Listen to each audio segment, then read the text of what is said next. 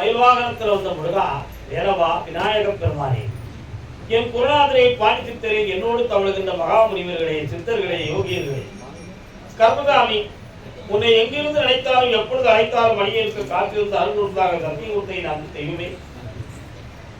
அழைக்கின்ற பொழுதெல்லாம் 21 கூட்டுறவு 61 பந்திக்காரர்களும் சேனை வகுத்து காலை தொண்டு செய்வேன் என்பது சத்தியமானால் வந்திறங்கி நல்வாக்கு கொடுத்து சொந்தபடி நடக்கும்படி கட்டளையிட்டு கூப்பிடுப்பார். பட்டினத்தார் திருவடிகளுக்கு 1000 கோடி வாழ்த்துக்கள்.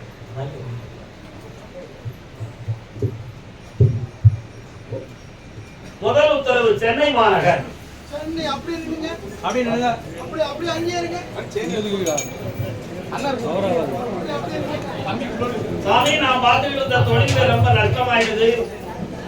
அடுத்து ஒரு தொழிலை உருவாக்க வழிய வகுத்தான்னு கேட்டு வந்தேன். யாருப்பா? வேண்டாம், அதுவும் வேண்டாம்.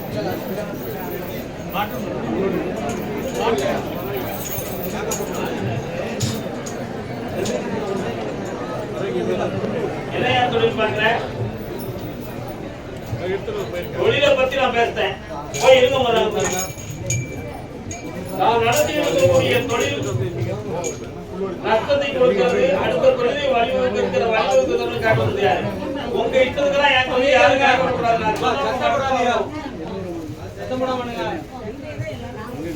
யாருப்பா என்ன தொழிலியா? வாயா.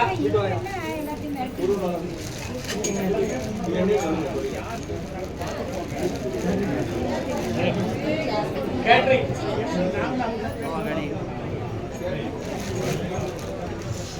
கால் சொல்லலாம்.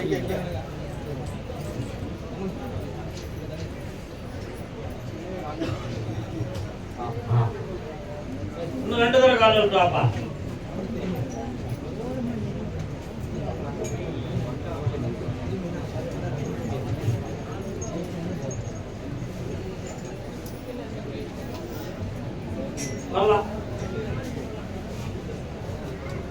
உன்னுடைய கட்டுமனைக்கு நான் போய் பார்த்தேன். உங்க வீட்டுக்கு போற வழியில ஒரு தெருமுறையில அம்மன் ஆலயம் இருக்கா?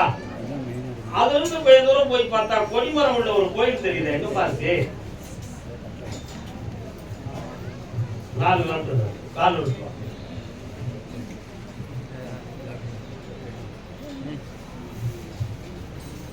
வரலாம். இப்போ 2 காலங்களாக நீ நடத்துற தொழில உனக்கு சரியான ஆஃபர்கள் கிடைக்காத வேதனை, கடன்களால பிரச்சனை, இவையெல்லாம் நடந்துருக்கு. இதனால அடுத்த தொழில் ஆரம்பிக்கிறதுக்கு ஒரு வழி கிடைக்குமா அல்லது இதை செம்மையாக்க முடியுமாங்கிற ஒரு குழப்பம் உன் உள்ளத்துல இருக்கு. அதே மாதிரி வீட்டுக்குள்ள ஒரு பிள்ளைகளுடைய மனதார நீ பாதிக்கப்பட்டு துன்பமடைஞ்சிட்டு இருக்க. உண்மையா இல்லையா? அந்த மனதையும் சரியாக்கணும், உன் தொழிலையும் வளமாக்கி தந்தா போதுங்களா? காரணம் இருக்கும். கர்மதாமிக்கு வேற என்னப்பா வேணும்? தொழிலை உருவாக்கிட்ட வெற்றி அடைஞ்சிருவோம். பக்கத்துல நல்லா இருக்கும். சாப்பிட்டு கர்மதாமிக்கு கர்மதாமி எனக்கும் என் மனைவிக்கும் மன வருத்தமான வாழ்க்கையா இருக்க. அதுக்கு என்ன முடிவு கிடையாது இருக்கியா? எங்க இருக்கா உங்க முன்னாடி? உங்க அப்பாவாது காண இருக்கா? எங்கே நீயோ நானும் அங்கே உன்னோடு. அவங்க யாருன்னு எனக்கு சொல்லுங்க. யாரு? அந்த ரூபாய் டொனேஷன் கொடுத்தாங்க. அண்ணாச்சி கோயம்புத்தூர் அண்ணாச்சி தானே? அங்கே இருக்கு சொல்லுங்க. பேர் எழுதிட்டீங்களா? தம்பி, உன் மனது அலப்பாயுத சாமிட்டு விடு. கூப்பிட்டு வா. வணக்கம், நல்லா இருக்கீங்களா?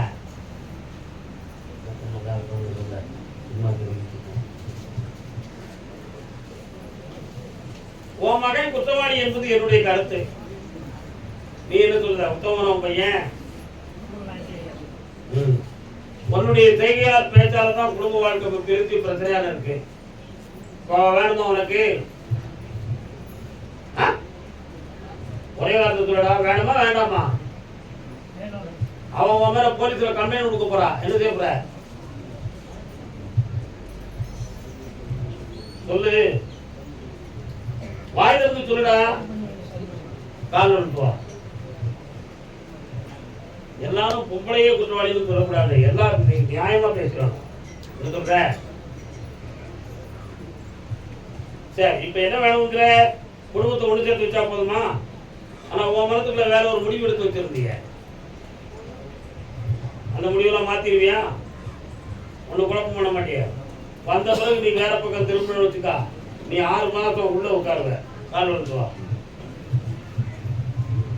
கர்மசாமிக்கு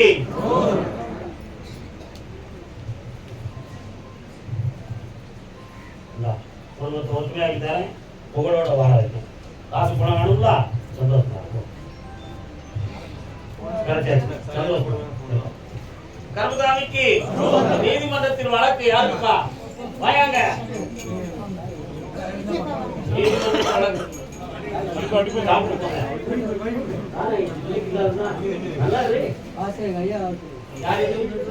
என்ன வழக்கு? காதல்வாங்க.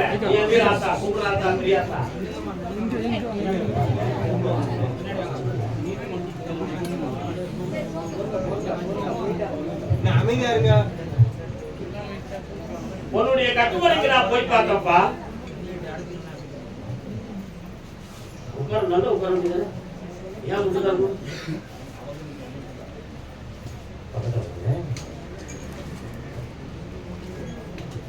உன் கட்டுமனாயகிய வீட்டுக்குள்ள போய் பார்த்தேன்.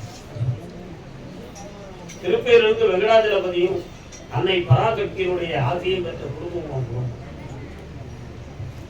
13 ஆண்டுகளுக்கு முன்னாலேயே உங்க குடும்பத்துக்குள்ள ஒரு பொம்பளையுடைய வார்த்தையால சொத்து சம்பந்தமான பிரச்சனைகளும் குழப்பங்களும் நடந்துருச்சு. அது தொடர்ந்து இன்று வரை ஒரு தெளிவாக நடக்கும், நமக்குரிய உரிமை கிடைச்சிருந்து நீங்க எவ்வளவோ பாடுபட்டு பார்த்த பின்பும் பெரிய தகராறுகளும் விசாரணைகளும் ஏற்பட்டு இன்னைக்கு குடும்பம் சின்னாபின்னமாகி பிரிஞ்சுதான் நீங்க வாழ்ந்துருக்கு. உண்மையா?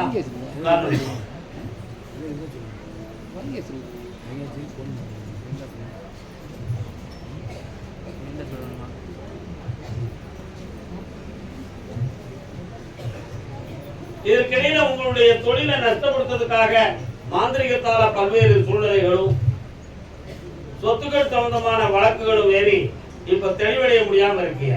உங்க சொத்துக்களை உங்க உரிமைகளை கரெக்டா வாங்கி தந்தா போதுங்களா? வேற என்ன வேணும்? பையனையும் நல்லாக்கி தரேன், உங்க சொத்துக்களையும் வாங்கி உன் பிள்ளை வந்து சேர்ந்துடும். அதான் நல்லா புண்ணியமா எட்டி இருந்து பழகாதீங்க. என்ன கர்மசாமிக்கு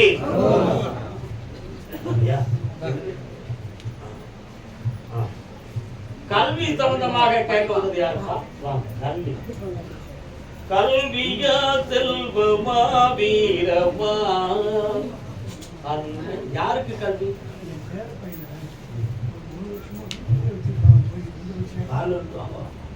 உடனே சேர்த்துறோம். என்ன பெரிய விஷயமா? ஒன்றில்லாமல் மற்றொன்று உருவாகுமா?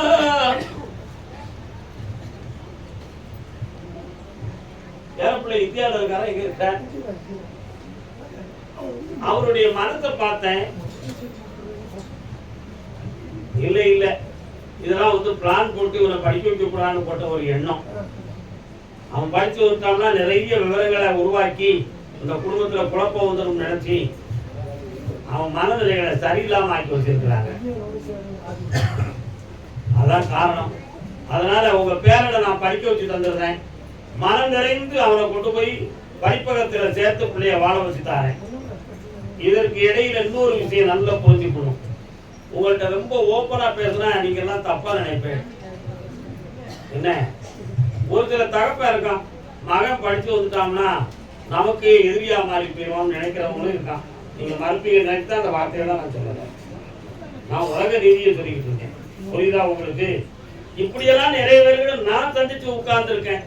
ஆனா உங்க பேரனை இப்ப படிக்க வைக்கிறதுக்கு நான் தயாராயிட்டேன். கால் வந்துவாங்க. நீங்க எல்லாம் அனுபவப்பட்டு புரிய வேண்டியவர்கள். சிலருடைய வார்த்தையால புரிந்துக்கிட மாட்டேன்.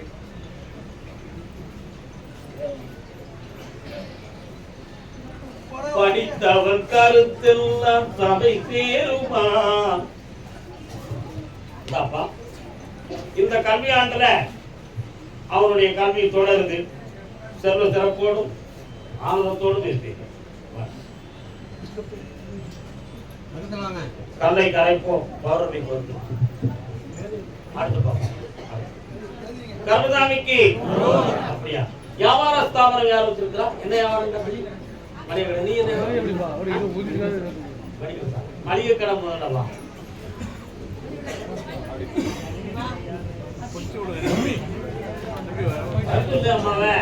ஏண்டா பின்னாடி சொல்ற?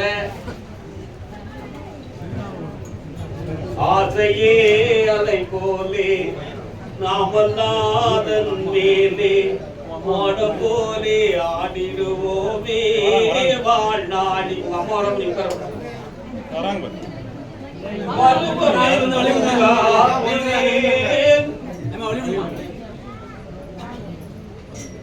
சென்னையெல்லாம் அங்கேயே இருக்குன்னு சொன்னேன். அக்காவா நல்லா இருக்கியா? உங்க பேர் என்ன? 45 ஆண்டுகளுக்கு முன்னால உங்களுக்கு மெட்ராஸ் கிடையாது. என்ன சொல்ல மாட்டேன், உங்க பின்னால வந்திருக்கேன், அதான் நான் கேட்டேன். சரிதானே?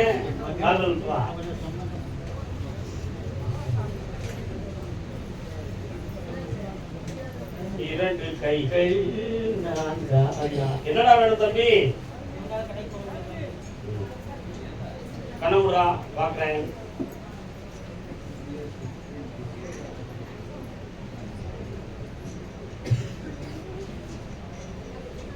கால் விட்டுறோம்.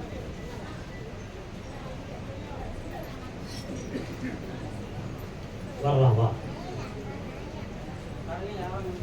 1.5 வருஷமா உன்னுடைய தொழில் வந்து ஓரளவு நல்லா ஓடிக்கிட்டு இருந்துச்சு. இப்போ ஒரு 6 மாதமா உன்னை அறியாமலே கடைக்குள்ள போனோட தூக்கம் வர்ற மாதிரி இப்படியே வருது. அதே மாதிரி கடைக்கு போகணும்னு நினைக்கிற உள்ளுக்கு இருந்து என்னத்தை போக அப்படிங்கிற ஒரு எண்ணம், உடம்பை யாரோ கட்டி வச்சிருக்கிறது மாதிரி உள்ள ஒரு சிப்புன்னு ஒரு கட்டி வச்ச மாதிரி ஒரு உணர்வு, இவைகளெல்லாம் உன் உடம்புல இருக்கு. நீ புரிந்து கொண்ட செய்வனை கோளாறுங்கிறது உண்மைதான். புரியுதா? அந்த கெட்ட அவிழ்த்து உன் வியாபாரத்தை நல்லாக்கி தரேன். வேற என்னடா வேணும்? இந்தா செம்மையாக்கி தரேன். கால் வந்துட்டு வா. ஓடியா. பௌர்ணமிக்கு முதலாளி என்னை வந்து பார்க்கணும். இந்த கனியும் உறுதியும் கலார கொண்டு வை. ஜனவசியம் பணவசியம் ஆகும். அக்காவா பக்கத்துல வா. பெருத்தியாயாச்சு. நல்லா இருக்கு. புண்ணியமா இருக்கோ. கருதாமிக்கு பொம்பளை பிள்ளை கல்யாணத்தை பத்தி காட்டு வந்தது யாரியா? பாப்பாங்க இருக்கா இருக்கா? நான் அங்க ஒரு பொம்பளை வரேன். ஆமா உங்களுக்கு யாரெல்லாம் வந்திருக்க? நீங்க நான் கேட்கறது கொடுப்பேன். உங்க பொண்ணு என்ன படிச்சிருக்கா? உங்க பிள்ளை படிச்சு முடிச்சுட்டாங்க. உங்க பிள்ளை நீங்க காரணம் அப்படியே நிலுங்கள். எங்கேயும் போய் விடாது. நிலுங்கள் நிலுங்கள். அங்கேயே நிலுங்கள். அங்கேயே நிலுங்கள்.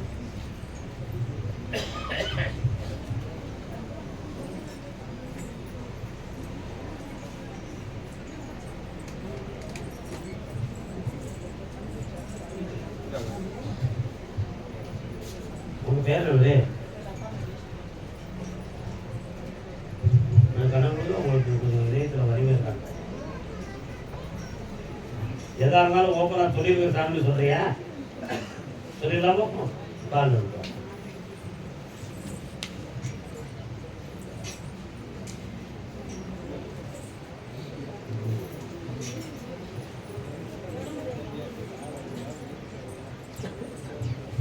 உங்களுக்கு மாப்பிள்ளை பார்த்தியாமா நீ? அதான் உனக்கு வலிமை இருக்கான்னு நான் கேட்டேன். நம்ம அவனையே கல்யாணம் முடிச்சு வச்சிருவோம். உன் பிள்ளை நல்லா இருப்பான். ஆமா, நீ மறுக்காத மகளே, என் சொல்ல கேளு. அவ சந்தோஷமா இருந்தா உனக்கு போதும்ல. என்ன ஜாதி மதம் உலகத்துல போமா இருந்தால பாக்கல காலோட்டுவா ஒளிமயமா இருக்க போ.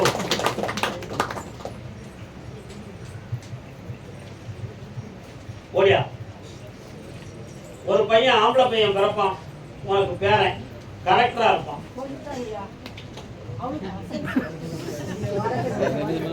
உன் மகளுக்கு ஒரு ஆம்பளை பையன் பிறப்பான், சரியா? அவன் கலெக்டரா இருப்பான், வெற்றி அடைஞ்சுவான்.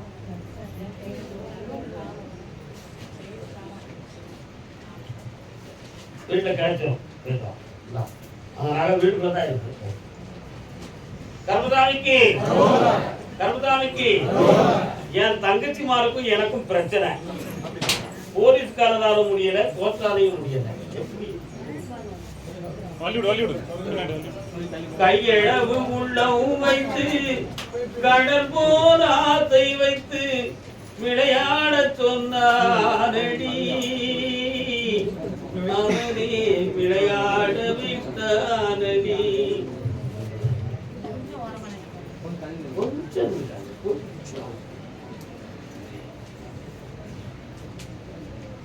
இடத்துக்கு மேல ரூபாய் வாங்கணும்னு அவன் பிளான் போட்டு இருக்கானா? சரியாக புரிந்துக்கா.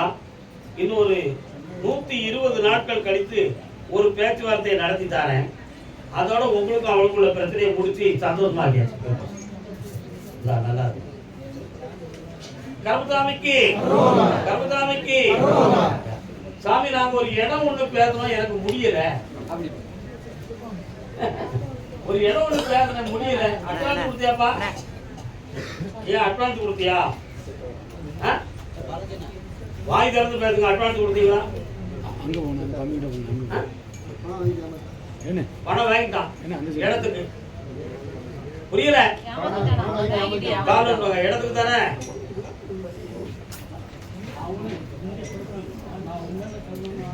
சத்தம் காலத்து வரலாம். ஒருமைப்படலையே, என்ன நினைச்சுட்டு நிக்கிறீங்க நீங்க? கேட்கணும்னா ஒரே நிலை வேணுங்கிறனா போயிருங்க, அவ்வளவுதான். வந்து உட்காருங்க. பராசக்தி பக்தர்களா நீங்க? ஓகே. இந்த இடத்துக்கு இடம் வேணுமா, பணம் வேணுமா? பணம் தான் வேணும். எவ்வளவு ரூபா? இந்த பணத்தை வாங்கி தந்துடுறது 6 மாசத்துக்கு கொடுப்பட. அந்த இடத்து பக்கத்துல உங்களுக்கு சிந்தனையே வேண்டாம். இந்த கனியை விட்டு அவன் கேட்டு தந்துடுவோம். கர்மசாமிக்கு கர்மசாமிக்கு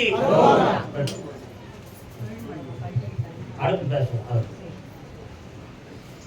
சாமி, நான் 13 லாரி வச்சிருக்கேன், என் பிரச்சனையை தீர்த்தாங்கன்னு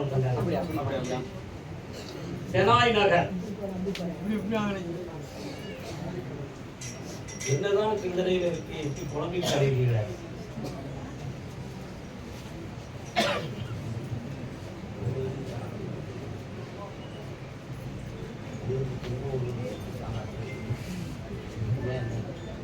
நல்ல காலோட நான் எங்க பார்த்தாலும் உன் மனத்தை கரெக்டா பார்க்க வேண்டாம். என்ன பண்றேன்?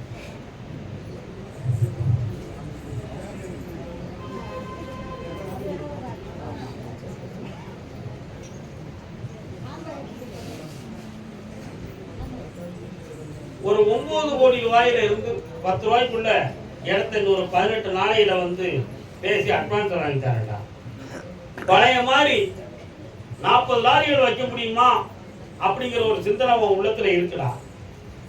இன்னையிலிருந்து எண்ணிக்கிட்டு 18 நாள் கழிச்சு அந்த பணத்தையும் வாங்கி தந்து புதிய தொழிலையும் உருவாக்கி 13 லாரியோட ஒரு 10 லாரியை சேர்த்து 23 லாரி ஆகிட்டாங்க. அதே மாதிரி நீ நினைக்கிற பொண்ண அவ விரும்பி உன்னைய ஏற்கிறதுக்கு நான் துணை கொடுத்தேன். நல்லா இருந்தது. கர்மசாமிக்கு செம்மையா வச்சுக்கா, சிந்தாம கொண்டு போவான். அப்படியா? யாருக்கு உடல்நிலை சரியா? எனக்கு யாருக்கு உடல்நிலை சரியில்ல? யாருக்கு தோணல? வயிற்றுலையா? எனக்கு இருப்பா வலி. இந்த கூட்டத்துல உடம்புல எங்கேயாவது வலி இல்லாதவங்க ஒருத்தர் இருந்தா இந்த கூட்டத்துக்கு தனிமையா? இந்த கூட்டத்துல உடம்புல ஏதேனும் ஒரு இடத்துல வலி இல்லாதவன் யாரும் இருக்கீங்களா? எங்கேயாவது ஒரு இடத்துல வலிக்கணும்னா மனதுக்குள்ளேயாவது வலிக்கும். எந்த நீ அது ஒரு பெரிய நோயா வந்து யார்கிட்ட சொல்றது? நீ ஒண்ணு நான் கூப்பிடுறேன். கருமசாமிக்கு வீட்டில் ஒருவருக்கு வயிறு சம்பந்தமான அறுவை சிகிச்சை செய்ய வேண்டும் என்று ஒரு சூழ்நிலை இருக்கு அப்படின்னு சொல்லி ஒரு உத்தரவு வந்திருக்கு. யார் பாது? யாருக்குமா அறுவை சிகிச்சை? காலன்றும் என் செல்ல பிள்ளை நீ தான் பாத்தியா. நீ இப்படியெல்லாம் ஏமாத்தி நினைச்சாலும் நான் துல்லியமா பேசி பழகிருக்கேன். ஓப்பாங்க சும்மா என்னமோ சொல்லிட்டு என் வந்து உட்கார்ந்து அதெல்லாம் நடக்காது. புரிஞ்சுக்காது. மனத்தோட பாடி ஒரு உண்மையான பக்தன், அதை ஏத்துக்கிட்டேன். அதுக்காக தப்பு செய்யக்கூடாதுடா. இது யாருதான்? நேர்மையானவன் தோத்து போனவன், நேர்மையுமானவன் தோல்வியும் பெற்றவன். காரணம் நீ ஒன்று பார்த்தலாம்.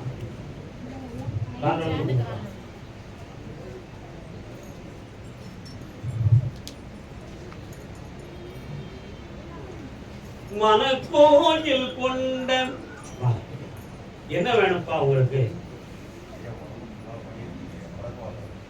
கண்ணமுறா தம்பி.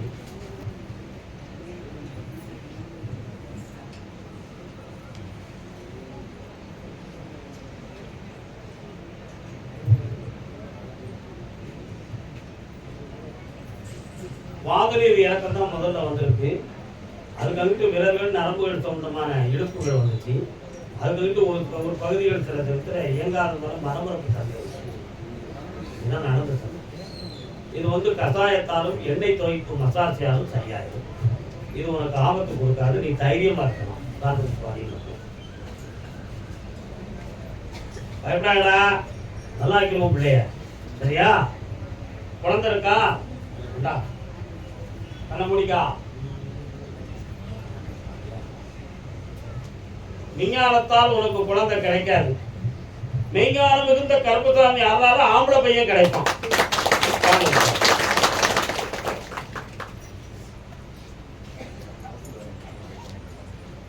இன்னைக்கு 2 வாரம் தான் கொடுக்க சொல்லுவீங்களா? அடுத்த வாரத்துல வா. எல்லாருமே குழந்தை பாக்கியத்துக்கு சக்தி இல்லை அப்படின்னு சொல்லி உன்னை டிஸ்கரேஜிங் பண்ணி உன் மைண்டவே அப்செட் பண்ணிட்டாங்க. உண்மையா இல்லையா? அதுல உனக்கு மைண்ட் டிப்ரெஷன் ஆனது மாதிரி கூட சில ஃபீலிங் சூழ்நிலைகள்லாம் உனக்கு வந்துருச்சு. ஆனா இன்னைக்கு நான் கருப்பசாமி சொல்லுறேன், உன் மனசும் பாதிக்காது, உன் உடலும் பாதிக்காது, உன் குடும்பமும் பாதிக்காது.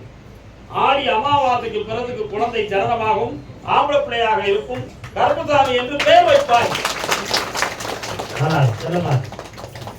வருமானத்துக்கு வழி